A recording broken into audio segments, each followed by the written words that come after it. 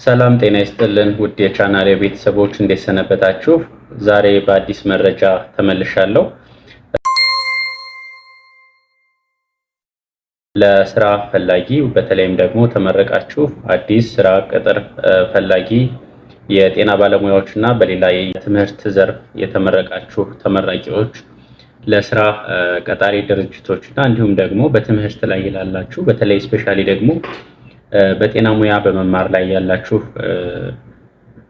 ተማሪዎች መረጃዎችን ይዤላችሁ መጥቻለሁ። እንግዲህ ይሄን መረጃ የማቀርብላችሁ በሶስት የተለያዩ ክፍሎች ይሆናል። መረጃዎቹ በተለይም ደግሞ ከኔ ልምድና ከገጠሙ ገጠመኞች በተለይም ደግሞ ሚዲያ ላይም ረዘም ያለ ጊዜ ከመስራቴም አንጻር የገጠሙኝን ገጠመኞች እንዲሁም ደግሞ እንዳጠቃላይ ያሉትን ልምዶች የማጋራችሁ ይሆናል።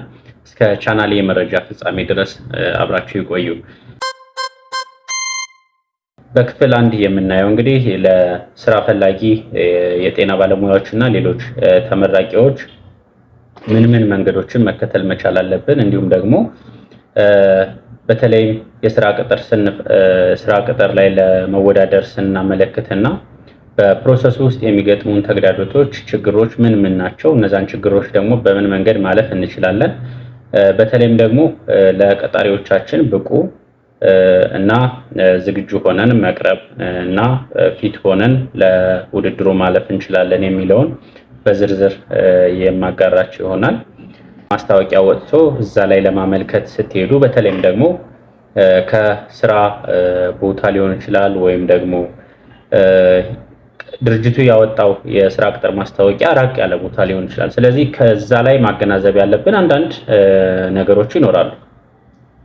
ለምሳሌ ያህል ካለንበት አካባቢ 300 ኪሎ ሜትር ሩቅ የሆነ ድርጅት ቢያወጣ አንደኛ ስራው ያን ያህል ወርዝ ያደርጋል ወይ፣ ሄደን ደግሞ ተወዳዳሪዎች የሉም ወይ፣ እንዲሁም ደግሞ ምናልባት ለፍተንም የማይሳካበት ሁኔታ ይኖራል ማለት ነው። የማይሳካበት ምክንያት አንደኛ ዘመድ ወዳጅ ሊኖራቸው ይችላል ማለት ነው። በተለይም ደግሞ እነዚህ ችግሮች በመንግስትም ሆነ በግል ድርጅቶች ላይ ቢኖሩም እንኳን ይበልጥ ደግሞ በግል ድርጅቶች ላይ በጣም የሚገጥሙን ችግሮች ናቸው ማለት ነው። ስለዚህ በመጀመሪያ ደረጃ የስራ ቅጥር ማስታወቂያ ሲኖር ወጪና ገቢያችንን ማገናዘብ ይኖርብናል ማለት ነው። ሁለተኛው የድርጅቱን በተለይ መረጃዎች ተአማኒነት እንዲሁም ደግሞ ከዚህ በፊት የነበረውን ፕሮፋይል ማየትና መረጃዎችን ማሰባሰብ መቻል አለብን ማለት ነው።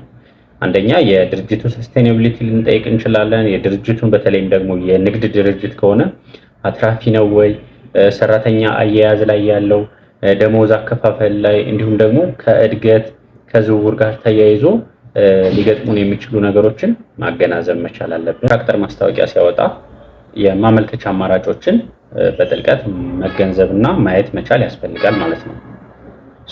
ማመልከቻ አማራጮቹ በተለይ ኦንላይን የማመልከቻ አማራጭ ያላቸውን በይበልጥ መጠቀም ብንችል በተለይም ደግሞ ኮስት ዋይዝ ከት ያደርግልናል ተብሎ ስለሚታሰብ ማለት ነው።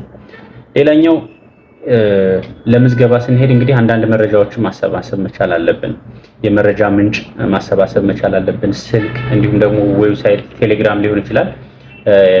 ስለ ውድድሩና ሌሎች መረጃዎችን የሚገልጽበት ወይም ደግሞ የሚያስተላልፍበት የመረጃ አማራጮችን መሰብሰብ መቻል አለብን። ከዛ በተጨማሪ ደግሞ ምናልባት እዛው ድርጅቱ ውስጥ የሚሰራ ሰው ስልክ ሊሆን ይችላል። ሌሎች አንዳንድ መረጃዎች ልናገኝ የምንችልባቸውን አማራጮች መጠቀም መቻል አለብን ማለት ነው። ሌላኛው ቅድም እንዳልኩት የድርጅቱ ቀጣይነት በጣም ወሳኝነት አለው። በተለይም ደግሞ እኛ ፋይናንሻል ሃርድሺፕ በገባንበት ሰዓት፣ ኢኮኖሚካሊ በጣም በተቸገርንበት ሰዓት ድርጅቱ ሜዳ ላይ የሚበትነን መሆን የለበትም። ሌላኛው ደግሞ የምንሄድበት ድርጅት እዛ እንኳን ማደግና ዝውውር ወይም ደግሞ የተሻለ ነገር ባናገኝ እንኳን ሌሎች የስራ አማራጮችን ልንፈልግ የምንችልበት ትምህርት ልንማርበት የምንችል አካባቢና ሌሎች እውቀቶችን ልንጨብጥበት የምንችል መሆን መቻል አለበት ማለት ነው። ይሄንን ስል ምንድነው አንዳንድ ድርጅቶች ጋር ስንገባ መጀመሪያ ላይ አማራጭ አጥተን አማራጭ ለማግኘት ሌሎች ስራዎችን መፈለጊያ ብለን እንዲሁም ደግሞ ቢያንስ እንኳን ተምሬ ሌሎች ስራዎችን እስከማገኝ ድረስ ለጊዜው በዚህ ልቆይ ብለን የምንገባበት ሁኔታ ይኖራል ማለት ነው። ስለዚህ ታሳቢ ማድረግ ያለብን ነገር አለ ማለት ነው። ሌላኛው እንግዲህ የስራ ባህል እውቀት የምንገበይበት ነው ወይ? በተለይ ከስራ ጋር ተያይዞ ስኪል ልናገኝበት ስኪል ጋፓችን በፊት የነበረን ስኪል ጋፕ የምንሞላበት መሆን መቻል አለበት። ቅድም እንዳልኩት ሌላ የስራ መፈለጊያ መሆን መቻል አለበት። እንዲሁም ደግሞ ከዚህ በፊት የሰሩ እና እዛ ድርጅት ውስጥ ገብተው የቆዩ ሰራተኞችን በቂ መረጃ በተለይ ከተለያዩ ሰራተኞች በቂ መረጃ ማግኘት መቻል አለብን ማለት ነው። እንግዲህ ይህም ሆኖ በተቻለ መጠን ሳይኮሎጂካሊ ማሰብ ያለብን ይህም ሆኖ በዘመድ በወዳጅነት በገንዘብ ሊገቡ እንደሚችሉ ማሰብ መቻል አለበት ማለት ነው። ስለዚህ በተለይም ደግሞ የስራ ፈላጊ ሆነን በሌለን አቅም ላይ ብዙ ወጪዎችን ብዙ ተስፋ መቆረጦችን የሚያስከትሉ ነገሮች ሊገጥሙ ስለሚችሉ በመጀመሪያ ደረጃ ሳይኮሎጂካሊ ዝግጁነት መኖር መቻል አለበት ማለት ነው። በዚሁ አጋጣሚ እንግዲህ ለአዲስ ተቀጣሪ በተለይም ደግሞ ፍሬሽ ግራጁዌት ሆናችሁ አዲስ የቅጥር ዓለምን ለመቀላቀል የምታስቡ ተመራቂዎች ማሰብ ያለባችሁ ክሪቲካል የሆኑ ጥያቄዎች አሉ ብዬ አስባለሁ። እሱም ምንድነው? አንደኛውና ዋነኛው የስራ ቅጥር ወይም ደግሞ ፔሮል ሲስተም ውስጥ የወር ደመወዝ ውስጥ አንዴ ከገባን በኋላ እንደምናስበው ከዛ ስራ ቅጥር መውጣት የራሳችን ፋይናንሻል ፍሪደም ማወጅ እንደምታስቡት ቀላል አይደለም። ብዙ ጊዜ 1 ወር 2 ወር ሜቢ 5 ዓመት 4 ዓመት ከሰራን በኋላ የራሳችንን ቢዝነስ ከፍተን የራሳችንን ስራ እንሰራለን ብለን እናስባለን። ግን ብዙ ጊዜ ከገባን በኋላ መውጣት ከባድ ይሆናል። ፋይናንሻሊ እንግዲህ አፎርድ ማድረግ ሌላ ጥያቄ ሊሆን ይችላል። ግን በተቻለ መጠን በትንሽም አቅም ቢሆን መጀመር የምንችለው ስራ ከሆነ የራሳችንን ስራ እንደመስራት ነገ ላይ አዋጭ እና የተሻለ ነገር የምንለው አይኖርም ማለት ነው። ሌላኛው እንግዲህ በስራ ዓለም ውስጥ ቅጥር ብቻውን እንደ መኖሪያ መንገድ ብቻ ብለን ማሰብ የለብንም። ስራ ዓለም ስንጀምር በተለይ ብዙ ጊዜ ህይወታችን ወዲያውኑ ይሻሻላል፣ የተሻለ ነገር እናገኛለን ብለን እናስባለን እና ብዙ ጊዜ እንዳሰብነው ላይሆን ይችላል።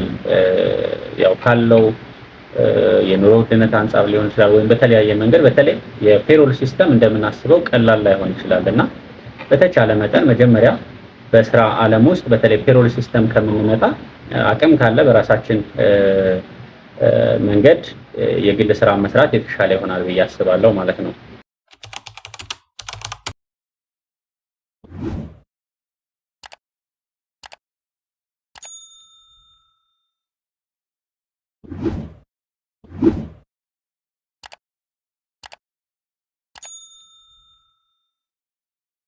you